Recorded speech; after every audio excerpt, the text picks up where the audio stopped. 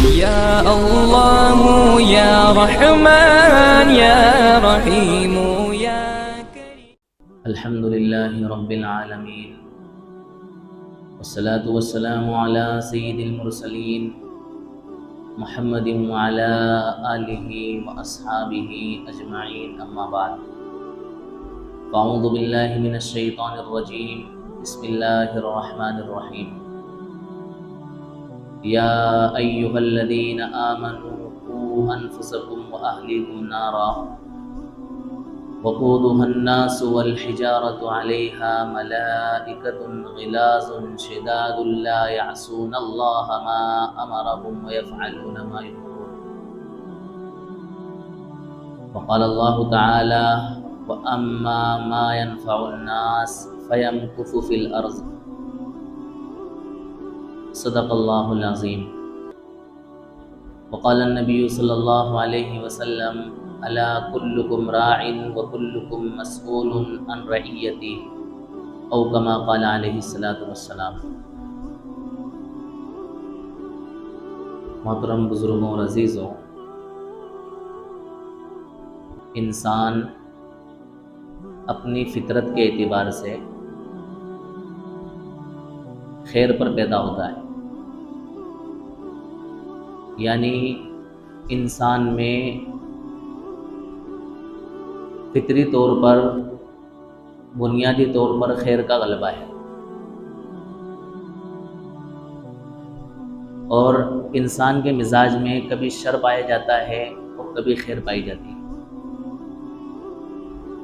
لیکن اس کی پیدائش کے اعتبار سے، اس کی فطرت کے اعتبار سے اللہ تعالیٰ نے اس کے اندر خیر کو غالب رکھا ہے. اور اگر ہم اس بات پر غور کریں تو ہمیں یہ بات بخوبی سمجھ میں آ جاتی ہے کہ یقیناً انسان کے اندر خیر غالب ہے. جیسے کوئی شخص جھوٹ بولتا ہے اور اس کو بدلے میں اگر کوئی جھوٹا کہہ دیتا ہے تو اس کو اس سے تکلیف ہوتی ہے. یہ اس بات کی دلیل ہے کہ اس کی فطرت کی آواز اس کو کہہ رہی ہے کہ واقعتاً جھوٹ کیا ہے؟ غلط ہے. اسی طرح کوئی انسان جھوٹ بولتا ہے تو وہ اپنے اس جھوٹ کو چھپانے کے لیے اور سچ بنانے کے لیے بے شمار جھوٹ بولتا ہے. یہ اس کی فطرت کی آواز ہے جو اس کو بتلا رہی ہے کہ جو تم نے کیا ہے وہ کیا ہے؟ غلط ہے. پتہ یہ چلا کہ انسان کے اندر شر مغلوب ہے اور خیر کیا ہے؟ غالب ہے. اسی طرح کسی انسان کے اندر بے حیائی ہوتی ہے، بد کرداری ہوتی ہے، بد اخلاقی ہوتی ہے، بد تہذیبی ہوتی ہے، بدتمیزی ہوتی ہے، تو انسان ان چیزوں کو کرنے کے بعد میں پچھتاتا ہے اور اپنے آپ کو کوستا ہے اور اس کا ضمیر اس کو جھنجھوڑتا ہے. یہ اس بات کی دلیل ہے کہ اس کی فطرت کی آواز اس کو کہہ رہی ہے اور اس کو جھنجھوڑ رہی ہے کہ جو تم نے کیا ہے وہ کیا ہے؟ غلط ہے. پتہ یہ چلا کہ انسان کے اندر خیر کیا ہوتی ہے؟ غالب ہوتی ہے. جب انسان کے اندر خیر غالب ہوتی ہے تو انسان سچے کام انجام دیتا ہے، اچھے کام انجام دیتا ہے، سچائی کے معاملات کرتا ہے، لوگوں کے ساتھ رواداری کرتا ہے، مروت کے ساتھ پیش آتا ہے، بھائی چارے کے ساتھ پیش آتا ہے، امانت داری سے کام لیتا ہے، ہمدردی کے ساتھ پیش آتا ہے. اور جب انسان کے اندر سے خیر ختم ہو جاتی ہے تو پھر انسان کو جھوٹ میں مزہ آتا ہے، برائیوں میں مزہ آتا ہے، بے حیائی میں مزہ آتا ہے، برے کاموں میں مزہ آتا ہے. یعنی پھر وہ ساری چیزیں دھیرے دھیرے اس کو اچھی لگنے لگتی ہیں اور اس کے دل کو تسکین ملنے لگتی ہے. تو فطری طور پر اللہ تبارک و تعالیٰ نے ہر انسان کو، چاہے جس کسی مذہب سے تعلق رکھتا ہو، ہر انسان کے اندر اللہ تعالیٰ نے خیر کو غالب رکھا کہ جب کبھی بھی اس کے ارد گرد میں یا اس کی ذات سے کوئی برائی سرزد ہوتی ہے یا وہ کوئی برا ہوتا ہوا دیکھتا ہے تو اس کو لگتا ہے کہ یار یہ کیا ہو رہا ہے؟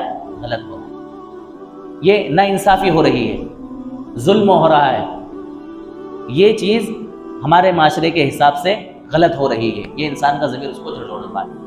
اسی لیے اللہ کے رسول صلی اللہ علیہ وسلم نے فرمایا کہ ہر پیدا ہونے والا بچہ اسلام کی فطرت پر پیدا ہوتا ہے۔ اسلام کی فطرت پر پیدا ہونے کا مطلب یہ ہے کہ اس کے اندر ایٹومیٹکلی اللہ تعالیٰ نے اللہ تعالیٰ کی فرما برداری والی صفات داخل کی ہوئی ہوتی ہیں۔ حدیث کا اگلا ٹکڑا اللہ کے رسول نے فرمایا ہے کہ پھر اس کے ماں باپ اس کو یا تو یہودی بنا دیتے ہیں یا نصرانی بنا دیتے ہیں، یعنی جب بچہ پیدائشی طور پر پیدا ہوا تو اس کے اندر خیر کا غلبہ تھا، اور ہر وہ چیز، کیونکہ مذہب اسلام تو ایک فطری مذہب ہے نا، جس طرح سے جو ہماری فطرت، ہماری باڈی یا ہماری ذات ریکوائرمنٹ کرتی ہے، یا جو چیزیں ہمیں اچھی لگتی ہیں، جس کو ہر انسان اچھا سمجھتا ہے، وہ ساری چیزیں کیا ہیں؟ اسلام کا حصہ ہیں۔ اور جن غلط چیزوں کو ہر عقل سلیم رکھنے والا انسان غلط سمجھتا ہے، وہ اسلام کا حصہ نہیں ہے۔ تو ظاہر بات ہے کہ ہر انسان پیدا ہونے والا جب پیدا ہوتا ہے تو اللہ تبارک و تعالیٰ اس کو اسلام کی فطرت پر پیدا فرماتے ہیں، یعنی اس کے اندر خیر ہوتی ہے، اچھائیاں ہوتی ہیں، بھلائیاں ہوتی ہیں، اعلیٰ کردار اس کے اندر ہوتے ہیں، لیکن بعد میں چل کے اس کے ماں باپ کے نقش قدم پر چل کر کے وہ ان ساری چیزوں سے بھٹک جاتا ہے، اور وہ یا تو یہودی بن جاتا ہے، یا نصرانی بن جاتا ہے، یا مشرک بن جاتا ہے۔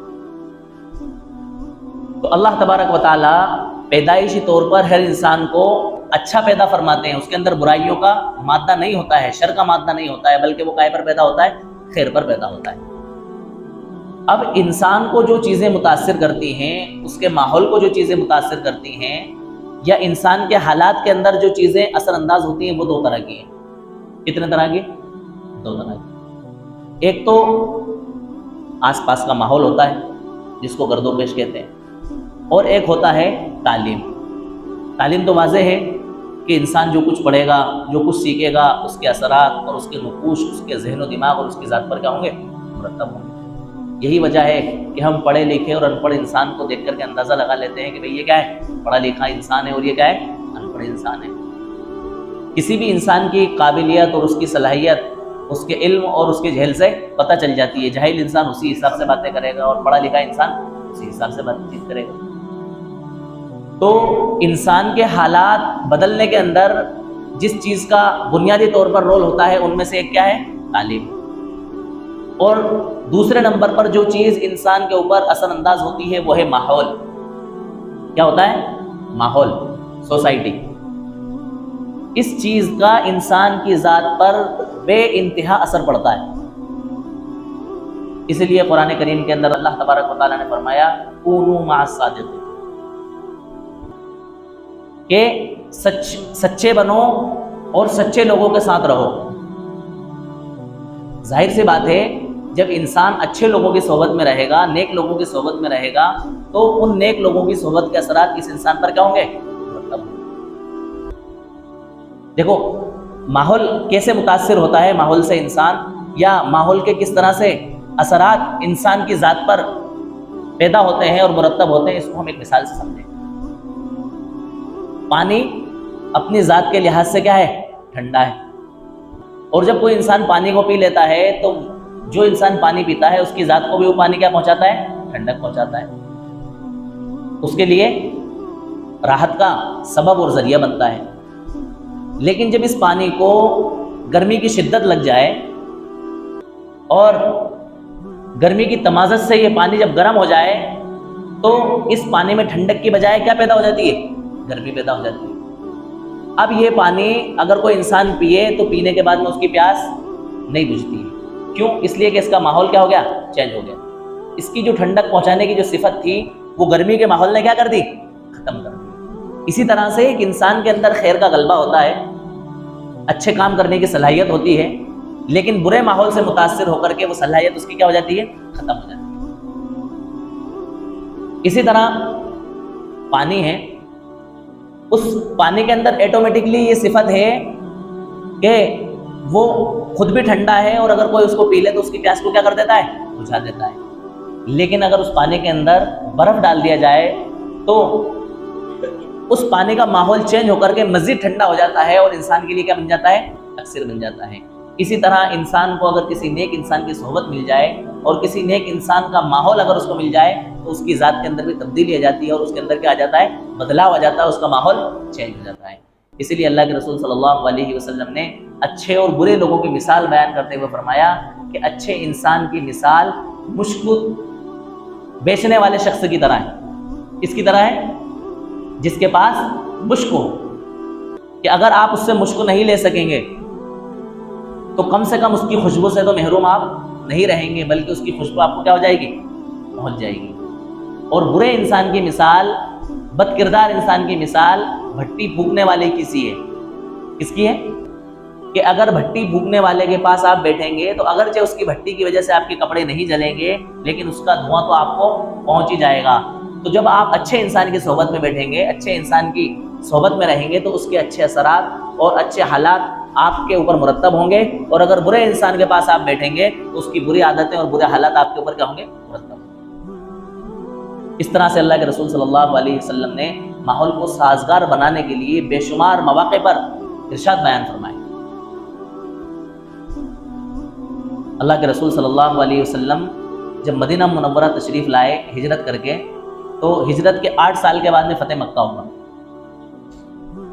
فتح مکہ میں جو لوگ آپ صلی اللہ علیہ وسلم کے ساتھ موجود تھے ان کی تعداد 10,000 تھی. کتنی تھی؟ 10,000. اور جب آپ صلی اللہ علیہ وسلم ہجرت کر کے مدینہ منورہ تشریف لائے تو چند سو صحابہ نے آپ کے ساتھ میں کیا کی تھی؟ ہجرت کی تھی. اچھا، جو لوگ فتح مکہ میں شریک تھے ان کی تعداد 10,000 تھی، تو اس کا مطلب یہ نہیں تھا کہ سارا مدینہ منورہ اٹھ کے چلا گیا، بلکہ عورتیں، بوڑھے، بچے اور کچھ نوجوان مرد حضرات بھی مدینے کی حفاظت کے لیے مدینے میں کیا تھے؟ مقیم تھے، تاکہ مدینے کو کسی طرح کا کوئی خطرہ لاحق نہ ہونے پائے، مدینے کی حفاظت بنی رہے. اللہ کے رسول صلی اللہ علیہ وسلم نے جو ہجرت کی اور صحابہ کرام اتنی کثیر تعداد کے اندر اللہ کے رسول صلی اللہ علیہ وسلم کے کہنے پر ہجرت کے لیے مدینہ منورہ کے اندر جمع ہوئے، اس کے اوپر اگر ہم غور کریں تو اس میں بنیادی مقصد یہی تھا کہ اللہ کے رسول صلی اللہ علیہ وسلم اپنے صحابہ کو معیاری طور پر ایک دینی ماحول کیا کریں؟ فراہم کریں. کیا کریں؟ دینی ماحول ان کو فراہم کریں. چنانچہ صحابہ کرام وہاں پہنچے اور وہ حضرات جن کی زندگی کے اندر شباب، کباب، شراب اور عیاشیاں اور نہ جانے کیا کیا صفتیں ان کے اندر بھری پڑی ہوئی تھی، وہ دنیا کے لیے ایسی مثال بنے کہ زمین کے سینے پر اور آسمان کے سائے میں انبیاء علیہ السلام کے علاوہ کوئی ایسی جماعت اور کوئی ایسی شخصیت دنیا کے اندر موجود نہیں، لوگوں کے لیے نمونہ بنے. اللہ کے رسول صلی اللہ علیہ وسلم نے ان صحابہ کے متعلق فرمایا، اصحابک النجوم بأیہم اقتدیتم اہتدیتم. میرے صحابہ ستاروں کے مانند ہیں، جس کسی کی بھی اقتدا کر لو گے تم راہ راستوں پر چل پڑو گے اور راہ راستوں پر آ جاؤ گے. اس مثال کو سمجھنے کے لیے ہمیں ایک بات اور سمجھنا پڑے گی. ستاروں کی مثال اللہ کے رسول صلی اللہ علیہ وسلم نے اس لیے دی کہ پہلے کوئی گوگل میپ تو چلا نہیں کیا کرتا تھا کہ بھئی سرچ کرا آپ نے یور لوکیشن اور جہاں پر آپ کو جانا ہے وہاں کی لوکیشن آپ نے ڈالی اور فٹ سے گوگل نے آپ کو راستہ ڈیسائیڈ کر کے دے دیا. تو پہلے جب لوگ اپنا سفر طے کیا کرتے تھے تو انہوں نے پہچان کے لیے ستارے ڈیسائیڈ کر رکھے تھے کہ بھئی اس طرف میں اگر ستارہ ہے تو یہ کس طرف یہ راستہ جائے گا، اور اس طرف میں ستارہ ہے تو یہ راستہ کس طرف میں جائے گا. اب ظاہر بات ہے اس کے لیے ان کو رات میں سفر طے کرنا پڑتے تھے، کیونکہ ستارے کب طلوع ہوتے ہیں؟ رات میں طلوع ہوتے ہیں.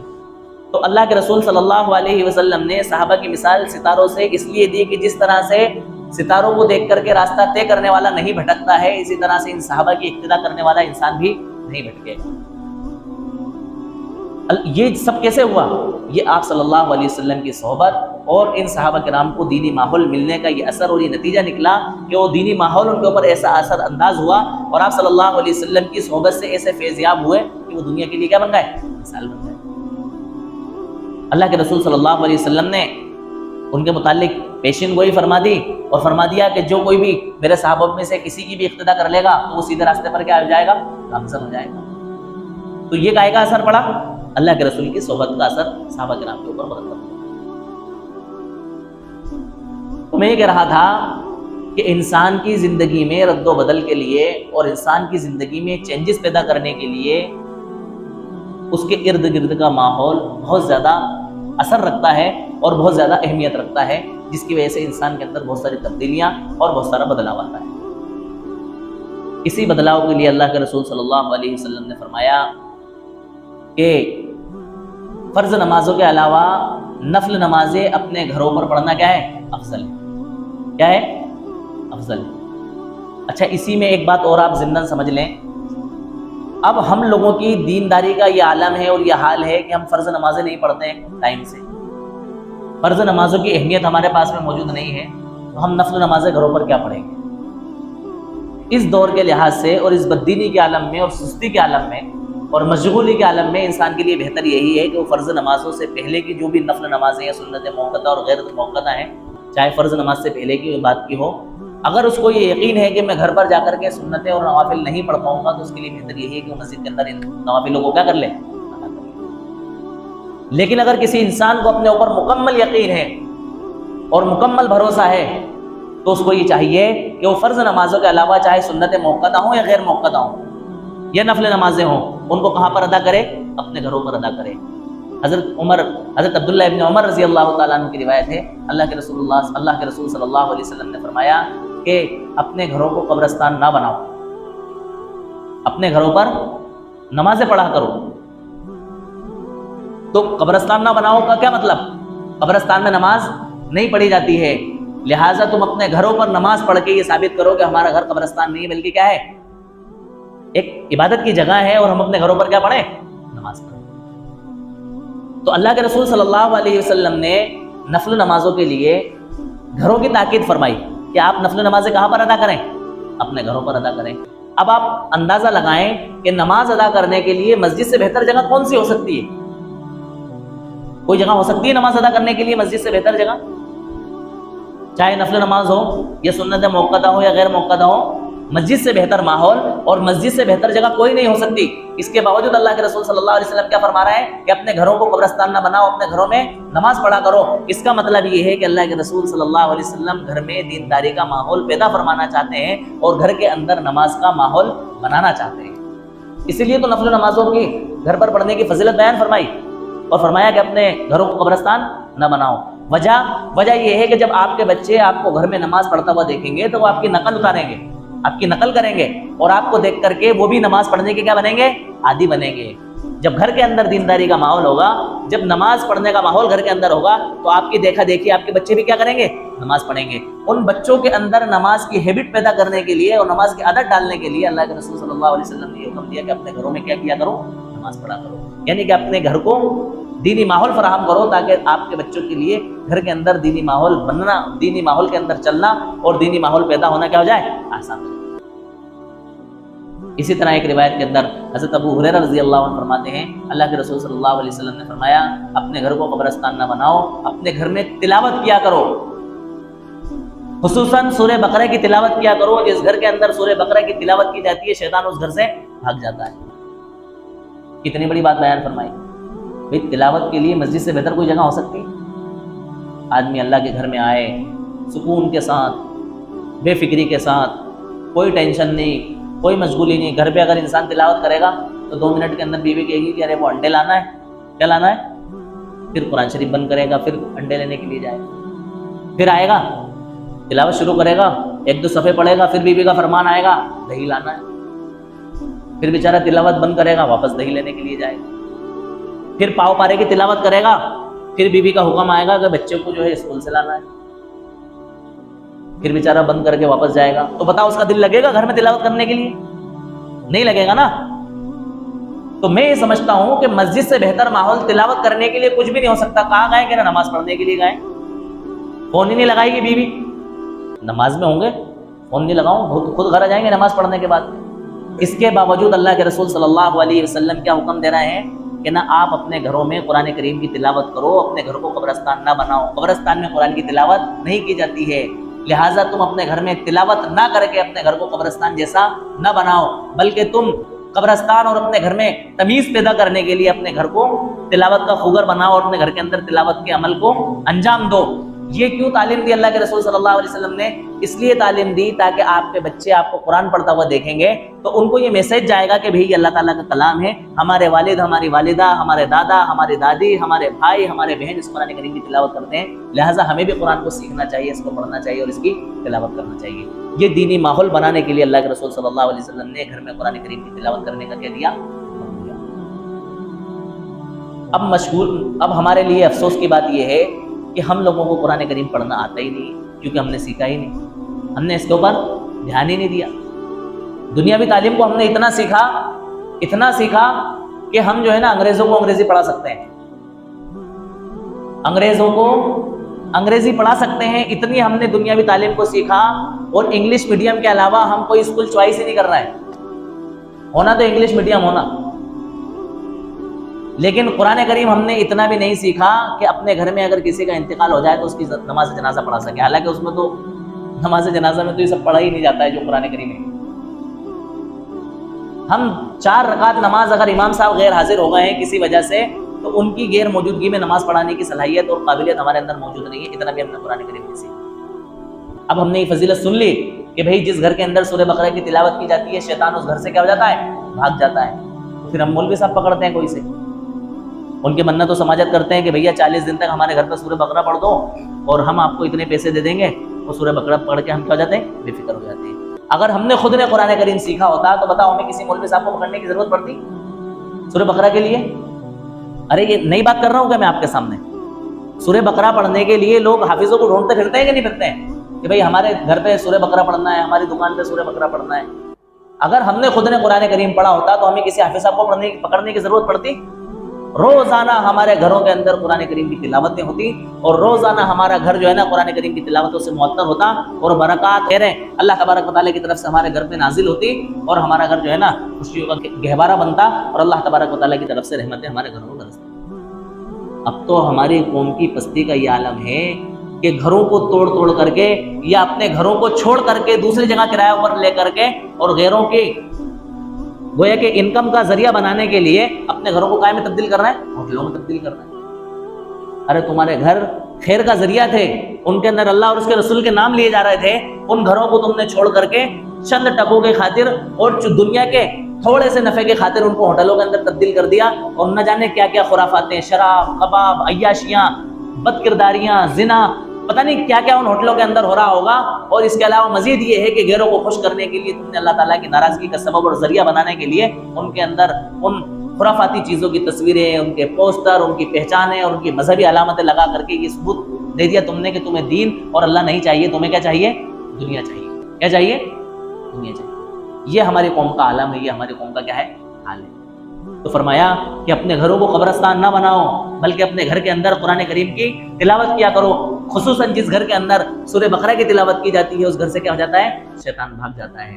اللہ کے رسول صلی اللہ علیہ وسلم نے تاکید فرمائی کہ اپنے گھروں کے اندر ذکر کیا کرو۔ ایک وقت تو تھا کہ ہماری خواتین، بوڑھے، جوان سب جو ہے نا فجر کے وقت میں اٹھ جایا کرتے تھے، اور فجر کی نماز کے بعد جو کچھ ان کو آتا تھا، تسبیح، تلاوت، سب اس کو انجام دیا کرتے تھے۔ آج ہماری قوم کا یہ عالم ہے کہ 2 بجے سے پہلے ہماری قوم سو نہیں رہی ہے، گھروں کا ماحول یہ بن گیا ہے، 2 بجے کے بعد سوتے ہیں، اور فجر کے اندر چند گنے چنے لوگوں کی جو ہے نا تعداد ہوتی ہے۔ اگر امام صاحب تھوڑے سے سستی برتتے ہوں تو وہ بھی آنے میں سوچتے ہیں کہ 2-3 لوگ تو آتے ہیں، چلو میں بھی گھر پہ پڑھ لوں گا یا میں بھی سمجھ لوں گا۔ یہ عالم ہو گیا ہماری قوم کا، فجر کے اندر گنے چنے لوگوں کی جو ہے نا تعداد ہو رہی ہے۔ اس کے بعد سو کر کے اٹھ رہے ہیں 11 بجے، 10 بجے، 12 بجے۔ وہ تو یہ اچھا ہے کہ بچے اسکول جا رہے ہیں تو ان کی فکر سے مائیں اٹھ جاتی ہے کہ ان کا لنچ تیار کرنا ہے، ان کا کھانا تیار کرنا ہے، ان کا ناشتہ تیار کرنا ہے، ان کو چائے پلانا، دودھ پلانا ہے۔ ورنہ اگر یہ اسکول جانے کا نظام نہ ہو تو میں سمجھتا ہوں کہ گھر کی خواتین بھی 10-11 بجے سے پہلے اٹھنے کے لیے تیار نہیں ہے۔ یہ ہماری قوم کی پسپائی کا کیا ہے؟ عالم ہے۔ اللہ کے رسول صلی اللہ علیہ وسلم نے ایسا ماحول ہمیں بنا کر کے دیا ہے، اور ہمیں بددینی کے ماحول سے بچانے کے لیے ایسے ارشادات فرمائے ہیں کہ اگر ہم ان ارشادات پر عمل کریں تو ہمارے اپنے آپ کو اور اپنے گھر کو ہم بددینی کے ماحول سے کیا کر سکتے ہیں؟ بچا سکتے ہیں۔ اللہ کے رسول صلی اللہ علیہ وسلم نے ماحول کو بگاڑ سے بچانے کے لیے، ماحول کو بگاڑ سے بچانے کے لیے ارشاد فرمایا کہ اگر آپ کوئی مکان بیچ رہے ہیں یا کوئی دکان بیچ رہے ہیں یا کوئی زمین بیچ رہے ہیں، اور جس شخص کو آپ بیچ رہے ہیں جتنی قیمت میں، اتنی ہی قیمت اگر آپ کا پڑوسی آپ کو دینے کو تیار ہے تو پڑوسی کا زیادہ حق ہے کہ وہ اس چیز کو، اس مکان کو، اس زمین کو اور اس دکان کو کیا کرے؟ خریدے۔ اس کو حق شفا حاصل ہوتا ہے۔ کیا ہوتا ہے؟ حق شفا حاصل ہوتا ہے۔ وجہ کیا ہے؟ وجہ یہ ہے کہ آپ یہ دکان، یہ مکان، یہ گھر اور یہ زمین